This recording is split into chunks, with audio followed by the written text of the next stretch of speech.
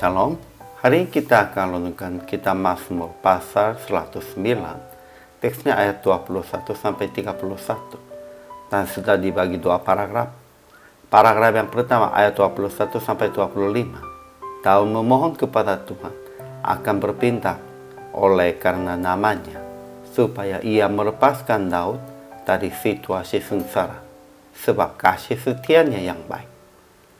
Paragraf yang kedua ayat 26-31, Daud memohon kepada Tuhan akan menyelamatkannya, dan orang-orang yang mendakwa akan berpakaian noda dan berselimutkan malunya sebagai jubah. Kesimpulan hari ini, Daud memohon kepada Tuhan akan ia melepaskannya dan bertindak dengan kasihnya, sebab sengsara dan miskin. Sekarang kondisi Daud sama seperti bayang-bayang pada waktu memanjang, lututnya melentuk sebab berpuasa, badannya menjadi kurus. Dia telah menjadi celah bagi lawannya. Tetapi Daud memohon kepada Tuhan agar menolongnya dan menyelamatkannya.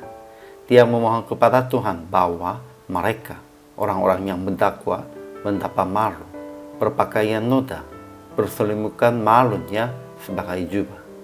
Kemudian, Daud memuji Tuhan yang berdiri di sebelah kanan orang miskin untuk menyelamatkannya. Ajaran tentang Allahnya. Pertama, Tuhan akan berpindah kepada umatnya. Oleh karena namanya, ia akan melepaskan kita oleh sebab kasih setianya yang baik. Kedua, ia sendiri bisa menolong kita dan bisa menyelamatkan kita sesuai dengan kasih setianya. Ajaran tentang manusianya. Pertama, Daud tetap memohon kepada Tuhan akan bertindak dengan baik dan akan melepaskannya oleh sebab kasih setianya. Kedua, Daud mengaku kelemahan, sengsara, dan kemiskinan dirinya sendiri, dan dia memohon pertolongan dan akan selamatkan kepada Tuhan. Akhirnya dia janji akan bersyukur kepada Tuhan dengan mulutnya dan memuji-memujinya di tengah-tengah orang banyak. Ketiga, orang-orang yang mendakwa akan berpakaian noda dan berselimutkan malunya sebagai jubah, dan akhirnya mereka akan dihukum.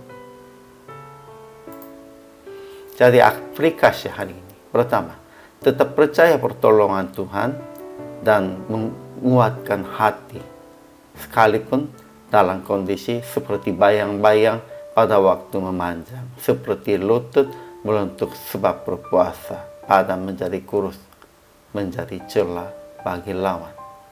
Tetap percayalah pertolongan Tuhan, kekuatan Tuhan. Kedua, tetap memuji Tuhan dengan nyanyian baru, dengan mulut, dengan pertindakan adil di tengah-tengah orang banyak. Janganlah memuji hanya dengan nyanyiannya, harus memuji Tuhan dengan pertindakan yang adil. Ketiga, berdiri di sebelah kanan orang miskin untuk mendampingi dan menolong mereka, sama seperti Tuhan berdiri di sebelah kanan mereka. Ya, Tuhan mendampingi dan Tuhan menyelamatkan kita. Kita juga harus mendampingi dan menolong orang-orang miskin dan orang-orang yang perlu pertolongan. Jadi praktik hari ini, memuji Tuhan dalam situasi sulit, dengan nyanyian di mulut, dan dengan menolong orang miskin dan orang yang dalam sengsara, sama seperti Tuhan berdiri di sebelah kanan mereka dan menolong, menyelamatkan mereka. Itulah tanggung jawab kita, dan melalui itu Tuhan pasti akan dimuliakan. Hari ini juga selama melayani, Tuhan Yesus memberkati.